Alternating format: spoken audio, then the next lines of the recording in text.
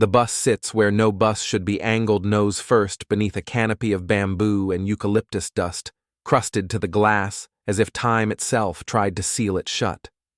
The paint is that familiar school bus yellow, but in this light it reads as something older, more fragile, corn husk and sunburn.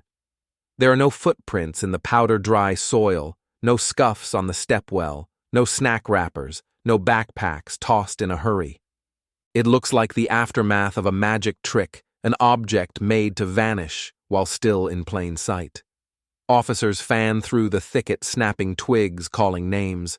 Radios crackle with clipped optimism, copy-checking the culverts, and then reality presses in.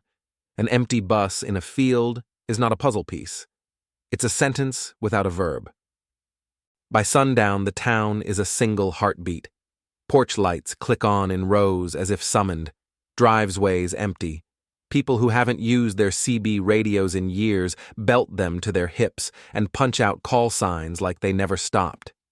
At the sheriff's office, coffee percolates to a bitter, stale rhythm while someone pins a county map to cork and pushes tacks into intersections. What no one dares say aloud is what every parent feels. Gathering at the base of the throat, you can lose a wallet or misplace a dog, but 26 children do not simply drift off the face of the earth. Theories arrive before evidence. A mechanical breakdown, a heat-sick detour, a fugitive in the orchards. People point north to the riverbed, south to the rail spur out toward the state highway. We'll find them. Someone promises thin as paper. A plane is ordered up because that's what you do when the ground refuses you an answer. It slices the twilight and skims the county line, tracing irrigation grids and almond blocks until the pilot's eyes ache. He sees the bus eventually. The discovery is not relief. It's a boundary. The children aren't here. Witnesses retrace the day in stubborn detail. Pool time, laughter, towels that never made it into the wash. A driver who never ran late in 26 years simply doesn't start now. If you pull on the thread of ordinary long enough, it should yield an ordinary snag, a flat tire, a stalled radiator, teenagers playing brave and dumb in the heat. Instead, the thread leads to a tightness behind the eyes and a taste like pennies.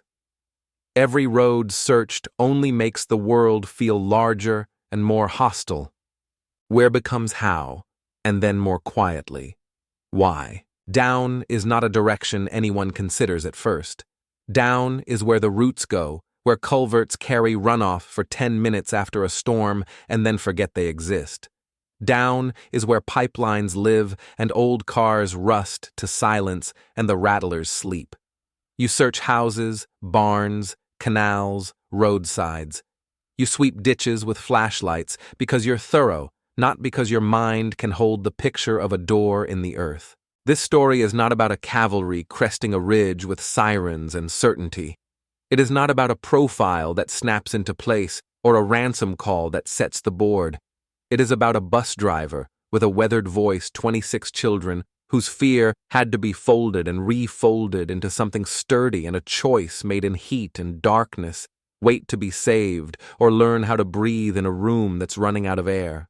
By the time the first prayers are whispered into crowded church halls, the real stage has already been set somewhere, no map marks. Dirt pressed into plywood. A ladder that ends in a room that should not exist. The air is thin enough that sentences will come out short and practical. The light will be what you carry with you or what someone forgets to turn off.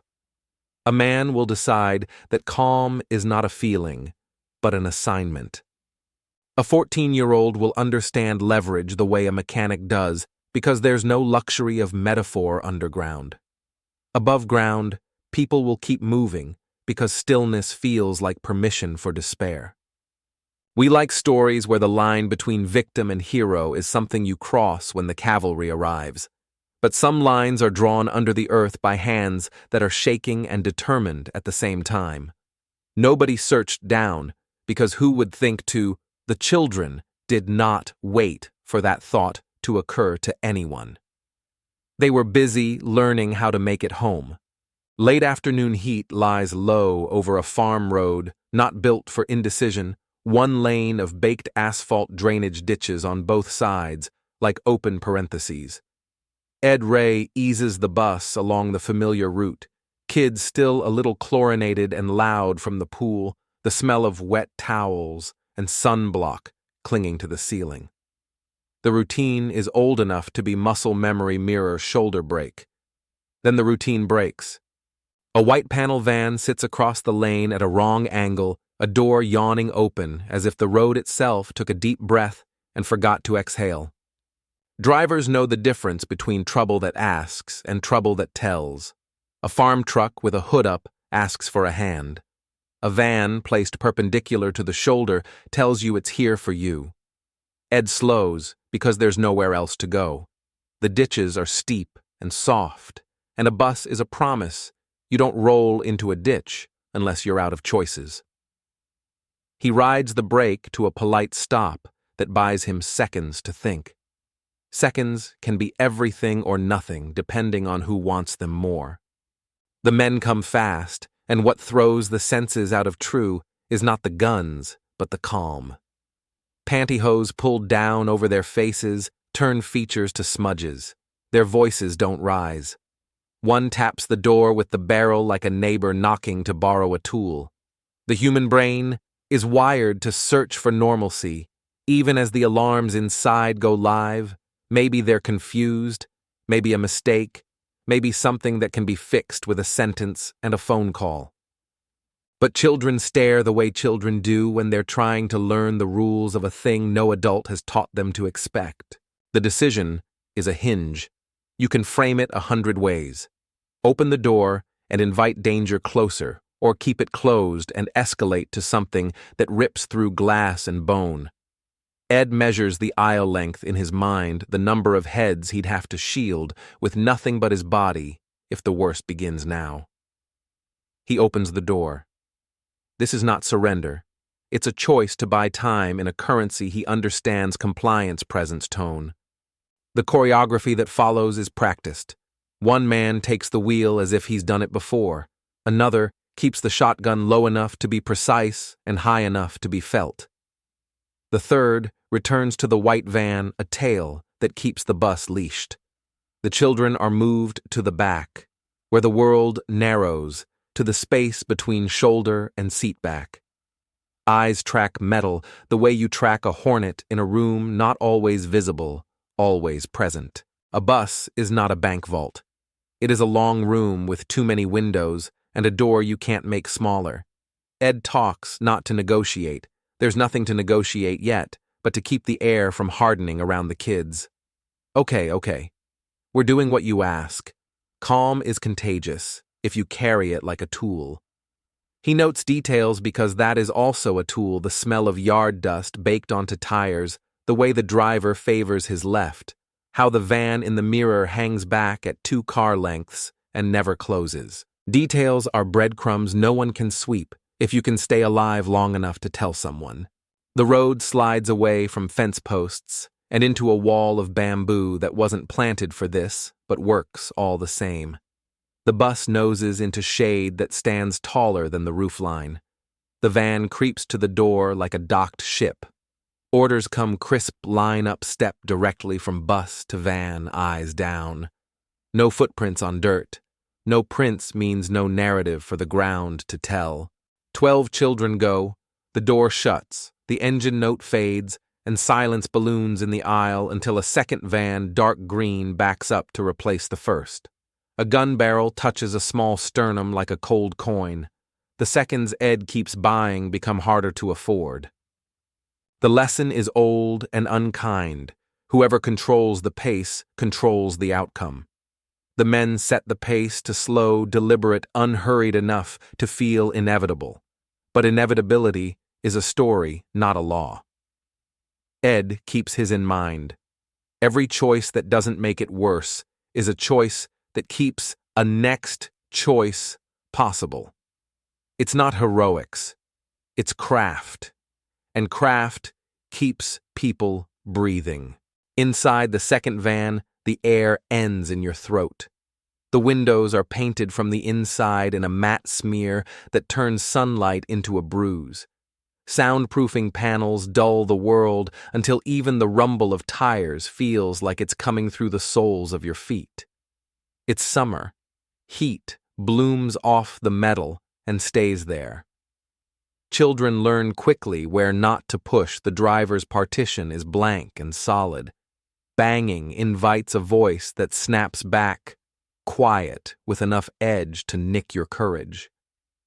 Disappearances look instantaneous from the outside.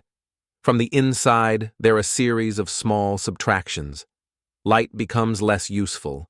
Time stops measuring itself in minutes and starts using breaths. Hunger arrives as a complaint and becomes a fact.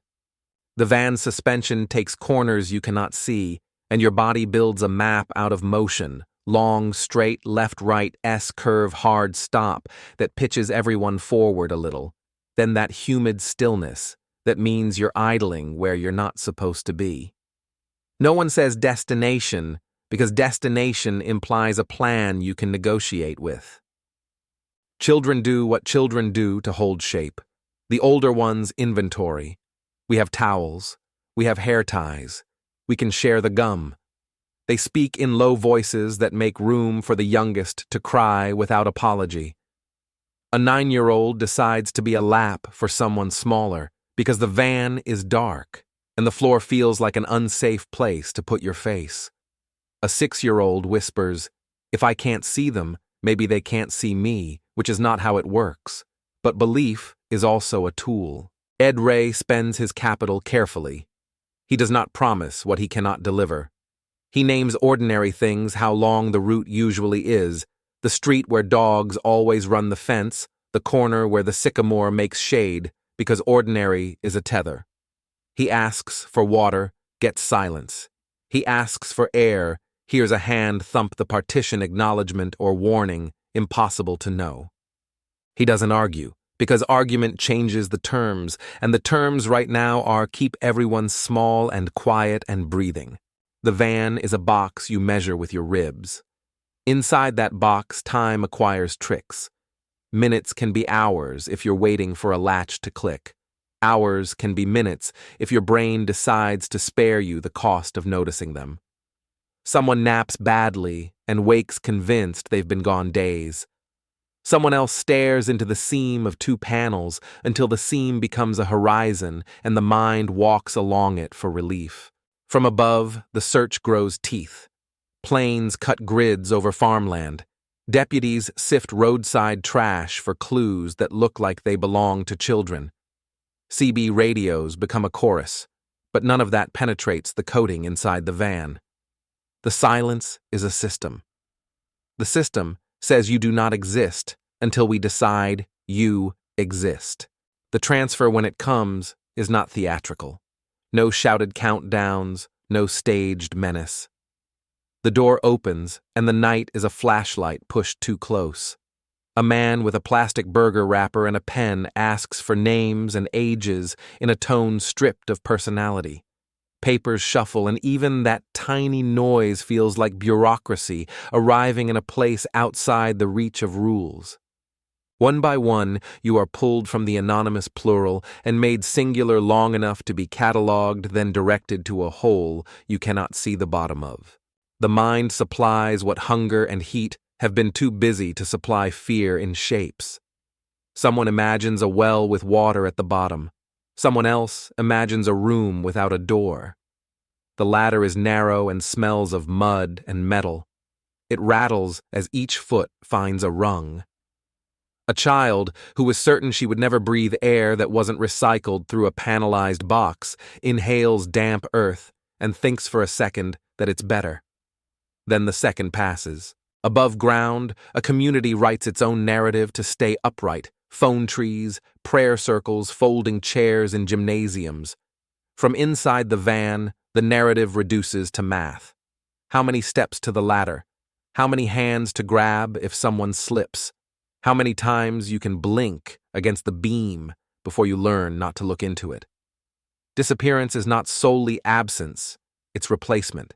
You are replaced by a protocol. You are replaced by paperwork in someone else's pocket. Until you decide you are not. The latter ends in a room that argues with your sense of the possible. The walls are not cinder block. They are metal skin braced against earth the way a truck is built to shoulder weight from above, but not this kind of weight.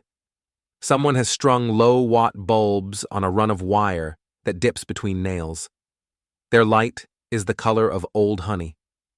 The floor is scattered with thin mattresses that look borrowed from a camp that couldn't afford replacements. There are jugs of water, a loaf of bread already drying around the edges, a jar of peanut butter with a greasy ring on the label, a box of cereal dented on one corner. Provisions that in another context would say, "You'll be fine for a while." Here they say, "We thought about this." 2 lengths of PVC punch up through the roof like periscopes. Air stirs when the fans above are on. It's not much, and it's not steady, but the first push of it against a sweat-sticky face is enough to make someone laugh the thin, surprised laugh of relief. The laugh dies when the hatch above slams and the world returns to the pitch at which rooms are sealed. Dirt thuds onto the roof with a farmer's rhythm shovel toss settle.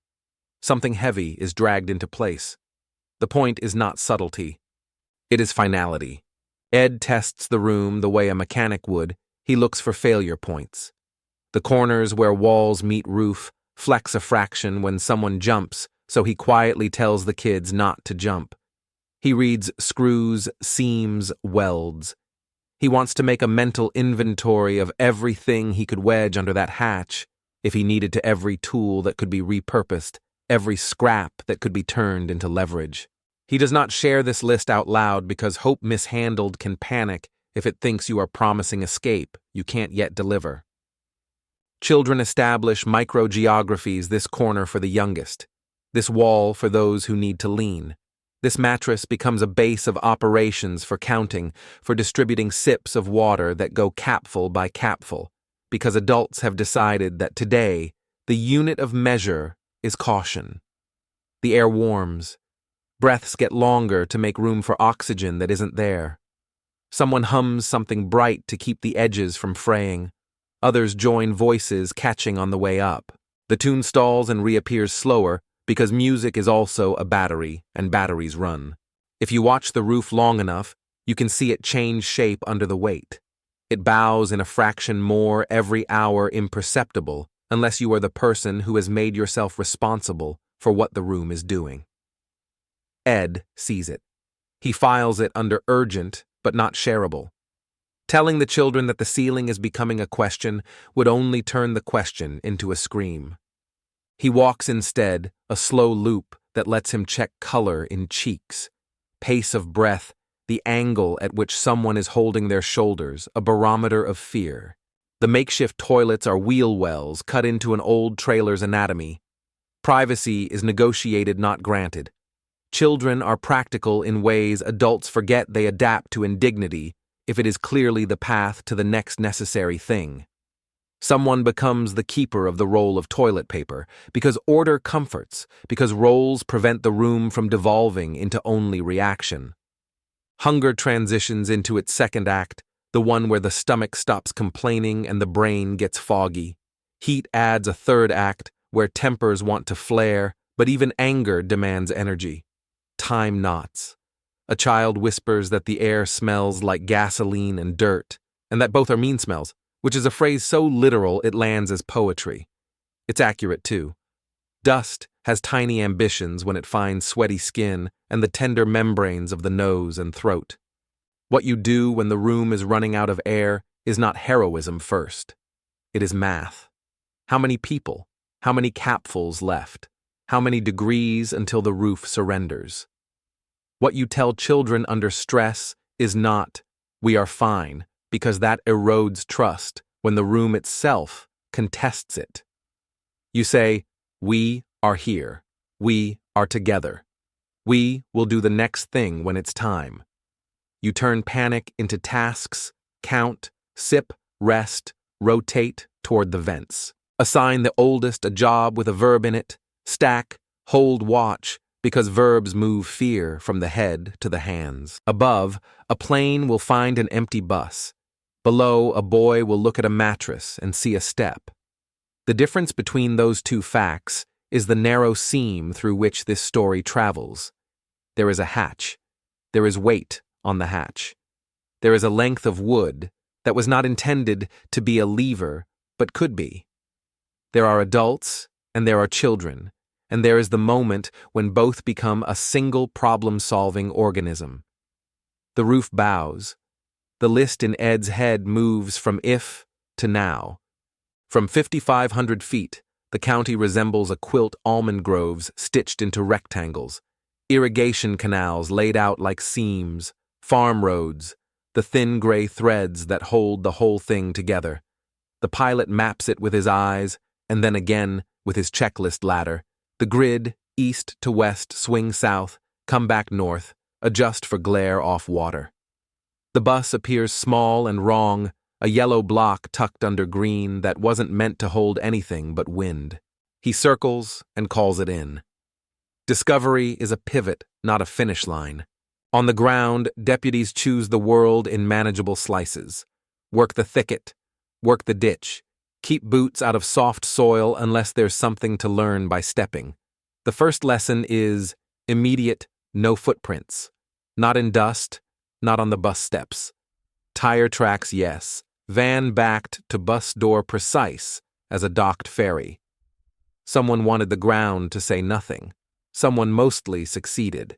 The sheriff stands with hands on hips, not because it looks authoritative, but because his lower back has opinions. He speaks in declaratives because question marks are contagious. We treat this as a mass abduction. Reporters assemble questions in clumps. Was there a note? Do we have suspects? Are the parents safe to go home as if certainty can be extracted by pressure? The answer to most questions tonight is resource allocation. Who searches which sector? Who calls which agency? Who tells the governor what he can say without overselling hope? In houses that have never had cause to lock their doors, people turn deadbolts and find out how loud that click is. They leave porch lights blazing like beacons for travelers who will not come by foot. Church halls convert on muscle memory, coffee urns, folding tables, paper name tags that let strangers become a team in 10 seconds. Someone starts a phone tree. Someone else remembers a CB call sign from the 70s and keys the mic like no time has passed. Communications nets form the way they always have out of stubbornness and the refusal to be useless. Intercut. The underground room breathes shallower. Air through the PVC pipes was never generous. Now it stutters. The roof has new angles. Ed catalogs without dramatizing. He picks an older kid and says, "When I nod, you help me with the heavy end." He gives the youngest jobs that sound small and are crucial. You count to 30 with me, and then we all take a sip. A plan is a scaffolding you build in whispers. Back above, the FBI arrives not like television. No choruses of jackets cresting a hill, but as logistics, more radios, a temporary command post in a motel conference room that smells like varnish and old carpet. Someone tapes a timeline to a wall and starts adding points with a dry erase marker. A map acquires colored threads that will later look dramatic in photographs, but are in the moment only a way to insist that space can be understood by lines. Citizens develop a brief, efficient language for hope. Saw a white van on Avenue 21 near dusk. Copy plate, no plate. Primer on rear quarter. That report will be one of dozens about white vans because white vans are a fact of American life. Each tip is logged with the reverence due to maybe. None feels like the sentence that will unlock the paragraph. Intercut mattresses lift not high, just enough to make height. The hatch does not yield to one shove, then two. It yields a millimeter to a rhythm press and breathe, wedge, and listen. A wooden beam finds a seam and becomes a lever, and physics earns its keep. Somewhere above, something heavy, that had been meant to be final, becomes a problem of gravity inside the room rather than outside it. Children scatter in practiced chaos. No one is crushed. That is not luck alone. Searches end each night because eyes fail. They begin each morning because not searching is intolerable. Parents go home not because home is safe, but because a hallway floor can be paced, and pacing is a job. In the hours between people who had forgotten how to pray, relearn vocabulary they thought they were done with. The plane will go up again at first light.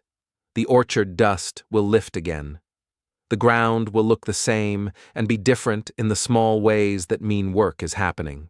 Intercut, a rectangle of light opens like an eyelid. Above ground, the command post updates a board with the sterile poetry of Operations Bus, located no contact. Below ground contact is a hand through a cut of dirt. Both are progress. Only one is oxygen. There is a moment in every crisis when the room stops being a place and becomes a problem.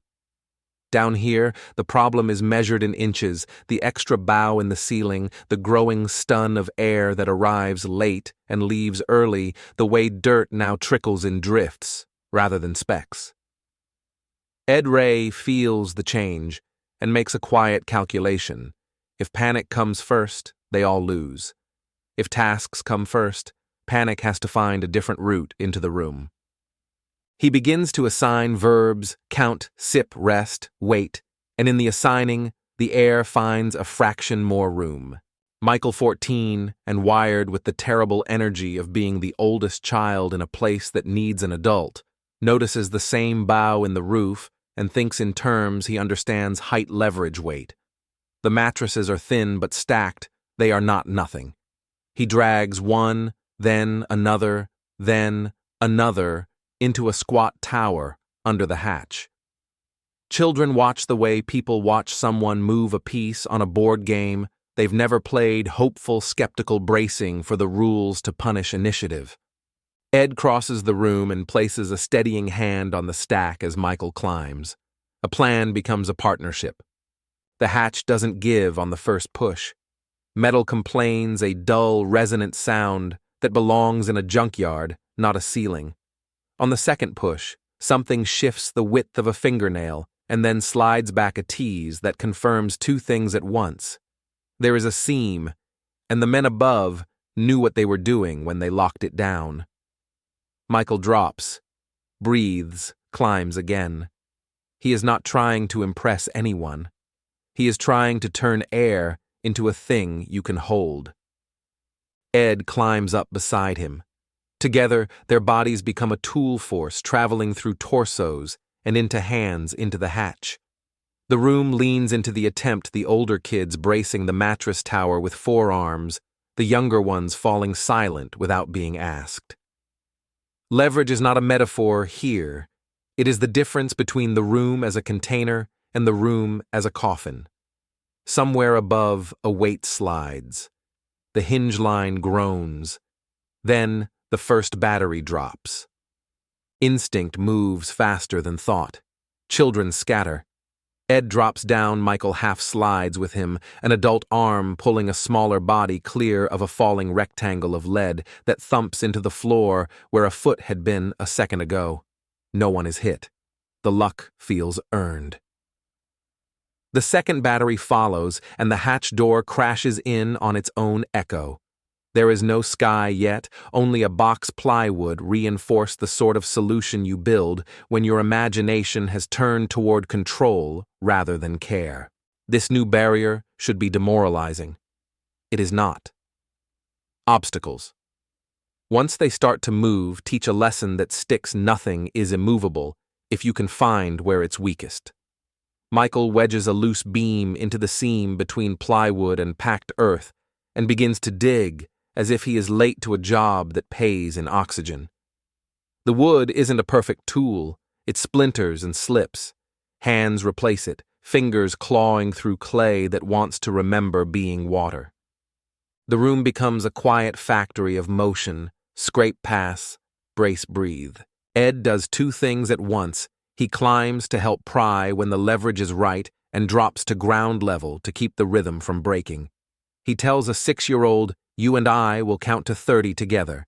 And they do, and at 30, there is a capful of water shared among 3. He tells a 9-year-old, when Michael says, "Stop," you pull your hands back and you do not argue, and the boy nods with the fierce seriousness of someone who has just been given a crucial job. The vent pipes have become unreliable. Dirt from above has found them, and the fans that once sounded like a promise now sound like a memory. Breaths shorten. The smell of earth thickens until it has texture. When the first blade of light arrives narrow as a coin slot, it strikes dust motes and makes a small universe. No one cheers. The work is not finished and sound feels expensive. Fear's other lesson returns danger, might be waiting on the other side. The men who put them here could be just outside the box with the same calm voices and the same weapons, irritated at the audacity of children who won't stay buried. Ed makes another calculation. If someone must go first, it should be the one who can make the fastest decisions and lift from below if a child freezes halfway through. He turns to Michael, who is already moving. "I'll be right behind you." It is both tactical and true. Michael wriggles through the widened seam shoulders, grinding against splinters forearms, finding purchase where the dirt falls away. He vanishes into brightness that collapses into silhouette, and for a terrible second, the room becomes only the sound of his breath filtered through the hole. Then, his voice returns from above, hoarse and certain, "I've got it. We've got it." The sentence is a bridge others can walk. One by one, they climb. There are so many small decisions. Who goes now, who needs a hand on the ankle, who can wait without letting waiting become fear. Ed takes the hinge position, half in, half out, until the smallest bodies are clear. When his shoes finally leave the room, they are hauling more than themselves toward daylight. They are hauling the story away from inevitability and into agency. The hatch is open. It is not safety yet. It is the first thing. Safety always is a way out. The surface feels wrong at first, as if the world has been rearranged while they were inside, and now follows a different set of rules. The air is colder, and the breeze moves without asking. The ground is chewed up, not fields or streets, but a landscape of work piles of excavated dirt belts that run like ribs across the open space, hulking machines, asleep under the evening. A quarry is not a place designed for children or for the reunion of breath and sky. It is stone and purpose and hazard signage, and right now it looks like a set for a version of the moon where everything is too close to the nose. They spill out of the opening with the awkward grace of people who have been carrying too much of their own weight. Knees buckle and then lock. Eyes narrow against a light that arrives without negotiation. The first inhalations are greedy lungs, hauling more air than they know what to do with, then coughing, because relief also irritates when it comes too fast. Someone laughs a single surprised note. Someone else begins to cry in a way that sounds like anger's cousin. The question that clamped itself to the edge of every decision below ground follows them up the ladder. What if the kidnappers are here? The quarry offers 1,000 places to hide a person with a gun and the intent to tighten a story back into fear. Ed's eyes sweep for silhouettes and for movement that doesn't match wind. Michael scans with him. The smallest cluster together by reflex hands, finding elbows, finding shoulders, a small human net. The man who appears at the edge of a berm is the first stranger they have seen who is not a threat. He freezes as if the quarry itself has produced ghosts. Work trains you to expect the predictable, a conveyor jam, a hydraulic leak, a flat tire, and bad dirt. It does not train you to expect a dirty blinking line of children and a man with dust ground into the creases of his knuckles like graphite. He comes toward them. Slowly, hands visible the way you approach a skittish animal you do not want to startle into running. "The world's been looking for you," he says, which is both true and exactly the right thing to tell a group that has been made to feel like they exist only at someone else's convenience. He does the next right thing, too, he calls. The quarry's radio becomes part of a larger net. Sirens move from the abstract, a sound heard in movies, or from far-off roads, into a real presence bouncing off rock in short echoes. Deputies arrive with a practiced urgency that avoids theater. There are no drawn weapons, no yells to get down, only a quick assessment, a count that reaches 27 with relief you can see in the set of a jaw and the clean, authoritative rhythm of triage water blankets transport. Transport is to the nearest facility with medical staff, which in this case is a jail complex. The irony stings the adults more than the children. Bars mean a kind of safety. Right now, no one gets in without permission. The kids wrapped in institutional blankets that feel like luxury, by comparison to what they've had hold apples and cans of soda, like prizes from a fair.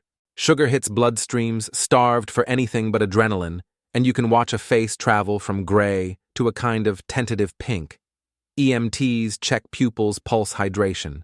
The questions are simple at first name, age, any pain, because simple establishes a floor. The complicated questions can come later. Later arrives faster than anyone wants. The investigation needs statements, while memories are close to their original shape. The children are separated for interviews so that their recollections are their own, not a choral arrangement built from fragments of overheard fear. The rooms are small. The fluorescent lights clean the chairs too big. Someone with a badge and a calm voice asks, "Tell me what you remember from the van.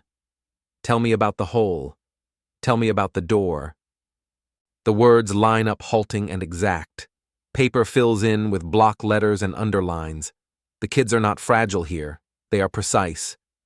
After hours that stretch and pour and firm up into something you can call a day, there is a bus again. The symbolism is not lost on anyone. A bus took them away from ordinary. A bus will carry them back toward it. The drive to Chowchilla is a procession more than a trip.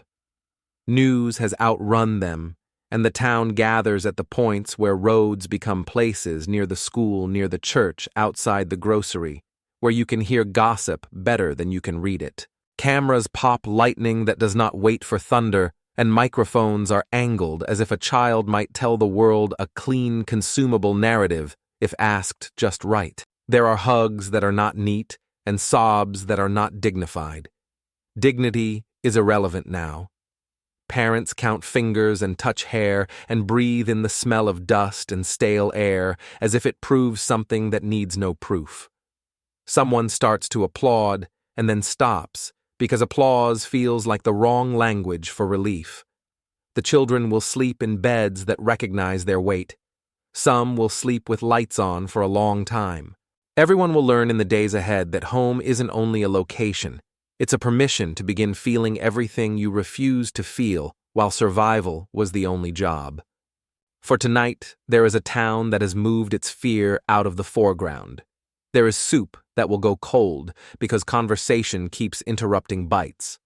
There are reporters who will get the spelling of names wrong, and editors who will insist on headlines that don't quite hold the complexity in their hands. There is also a bus driver who sits a little apart, not because he wants distance, but because stillness finally feels allowed. He scans the room the way he scanned the underground ceiling, a habit now, not a requirement, and decides that for the first time in too long, the next breath doesn't have to be rationed.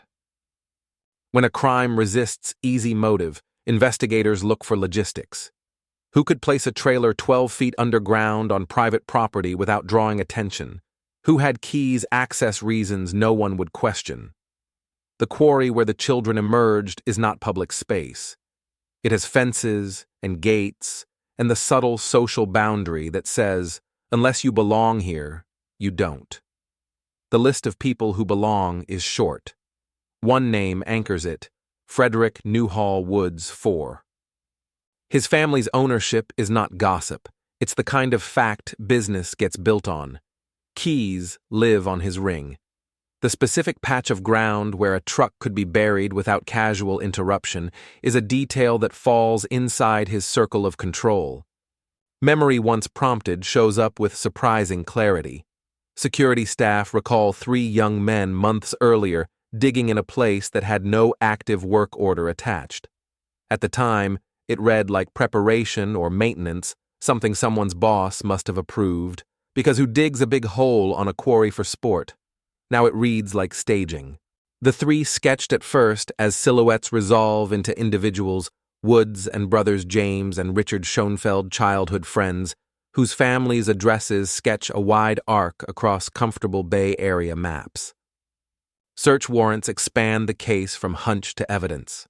At the Woods estate, a room yields the kind of sloppiness that comes from entitlement disguised as planning a document literally labeled Plan Notes about routes and timings, a draft ransom letter with amounts crossed out and rewritten as if a negotiation had already begun on paper. Receipts match vans to dates. A rental contract points to a storage unit where a blacked-out car waits to be useful after money changes hands. A weapon surfaces the kind of concrete link prosecutors like. There is even a Jack-in-the-Box hamburger wrapper, greasy and ridiculous with children's names and ages, noted as if jotting down a grocery list. Everything smells of control and amateur theater at the same time. Motive is not supposed to be this banal. When detectives start pulling on biographies, what they find is not underworld connections or ideological furor.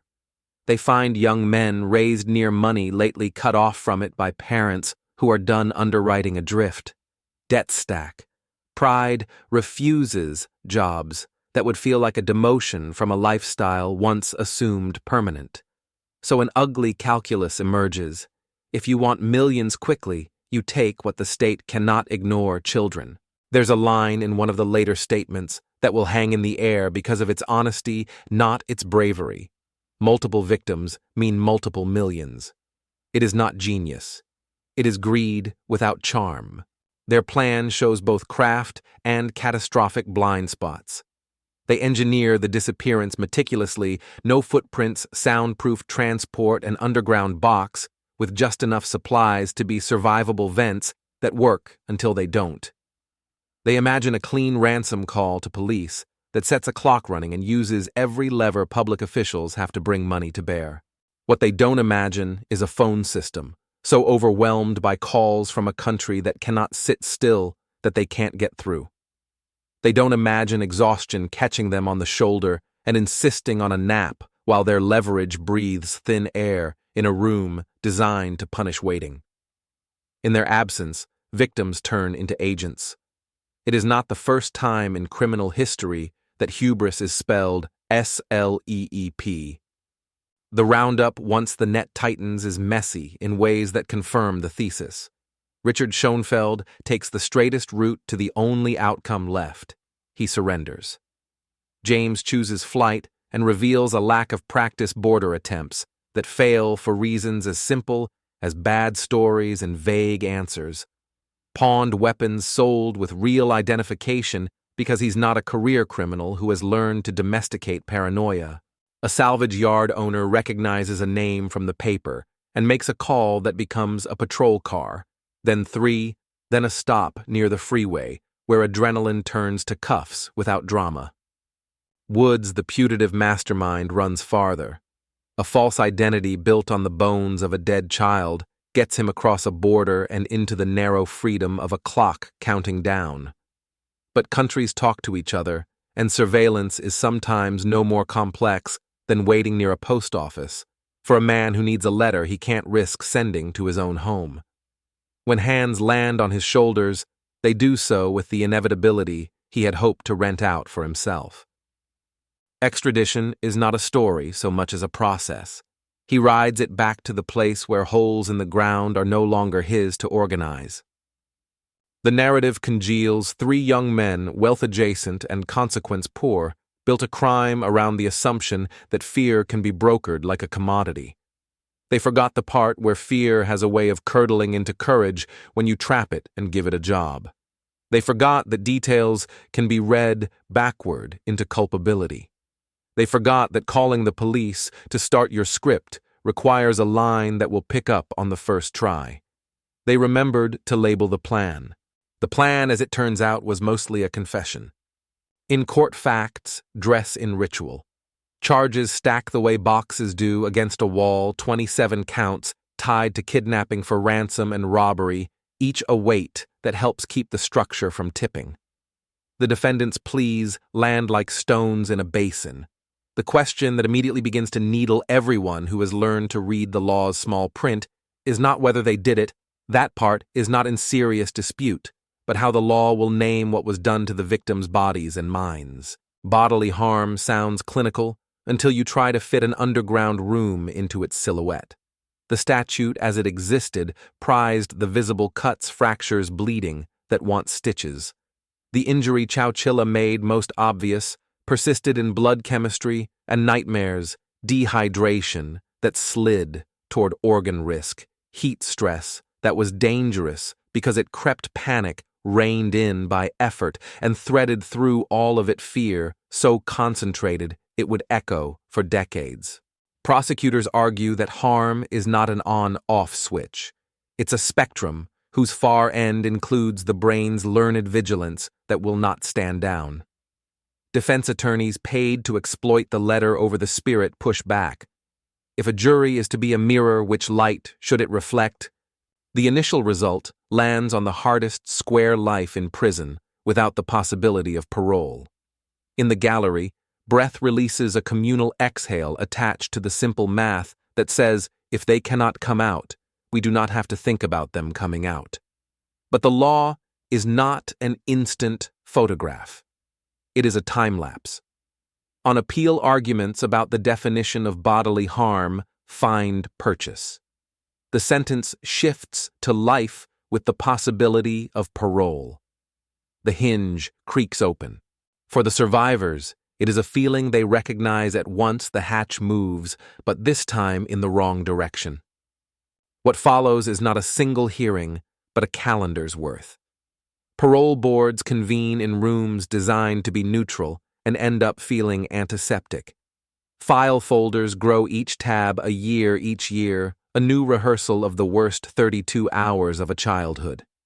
Victims, who are now adults, learn the choreography of presence, arrive early, sit facing the door, read prepared statements whose words had to be trimmed and trimmed until what's left is lean enough to cut. They look up at men who in the arithmetic of years are becoming old and then back down at the version of themselves that is forever 10 or 9 or 6. They say aloud what their bodies have been saying at night: you took something that does not grow back. Some survivors anchor themselves in anger because anger can be a handhold. Some cultivate forgiveness as a way to keep their own blood pressure from spending all day on a roof. One will become a pastor and speak about the weight that lifted when he put down the rock of resentment.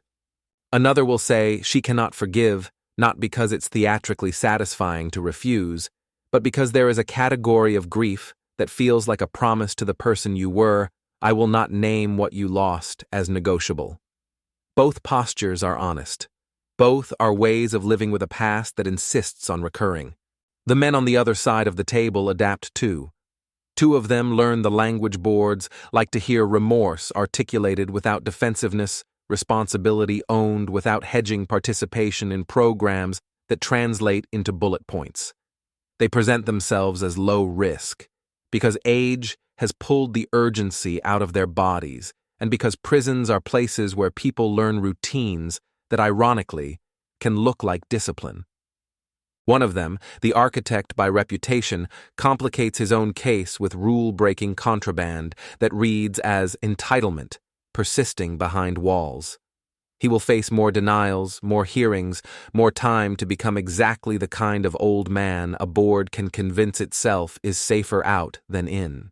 Release dates arrive the way any date does, printed on a page before it becomes a day in the world. One brother walks in 2012, another in 2015. The third, older and finally judged less likely to reoffend than to die on a bunk, steps out in 2022. Each exit is a fresh cut in scar tissue for someone who stood in a hearing room and tried to be persuasive without bleeding all over the floor. A few of the survivors who fought longest will not live to see the last door open. Their work still echoes in the policies and in the culture of hearings that take victim voices seriously because those voices refused to go away. There is a temptation to force a moral here to announce that the system ultimately worked or ultimately failed. The truth sits in the middle and twitches. The prosecutions were thorough. The appeals exposed a gap between how the law counted harm and how harm actually functions in a human life. The parole process, born of second chances and risk management, turned into a grindstone that kept asking survivors to sharpen the knife of their story again and again. Some found meaning in the fight. Some found only fatigue. The men who dug the hole paid with years. The children who climbed out paid with years. Equivalence is the wrong lens. What remains is not a balance, but a ledger that refuses to close. If you strip the case to its studs, what remains is an argument about what counts. Does fear that lodges and refuses eviction count? Does the way a child's sleep becomes conditional, light on door, open shoes placed where they can be found in the dark count? Does a bus driver's decision to turn calm into a task list count the same as a squad car arriving with lights?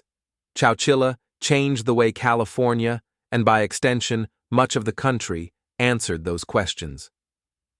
It bent the law's attention toward the interior life of victims and asked the system to stop pretending that only cuts you can photograph are cuts that matter. Policy followed culture as it often does, unwillingly at first, and then with momentum. Statutes that spoke narrowly of bodily harm learned to make room for harm that insists on revisiting the body from inside. Victim impact statements, once an afterthought, became expected and then respected, not because they satisfy a theatrical need for closure, but because they supply information a file cannot. Parole hearings acquired the ritual of seating survivors at the same table as risk assessments and program certificates. The practice is imperfect. It is also a recognition that safety is not just about actuarial tables. It is about communities that need to see themselves held in the room where decisions are made. The cultural legacy is harder to graph, but easy to feel.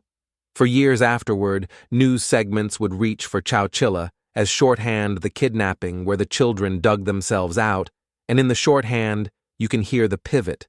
Victims can be protagonists.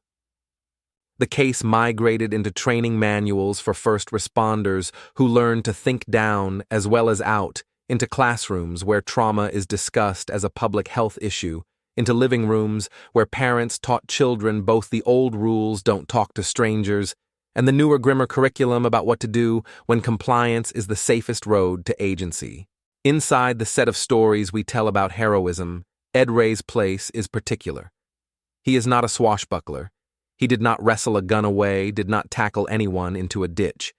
He did something harder to dramatize, and therefore more instructive. He made calm contagious.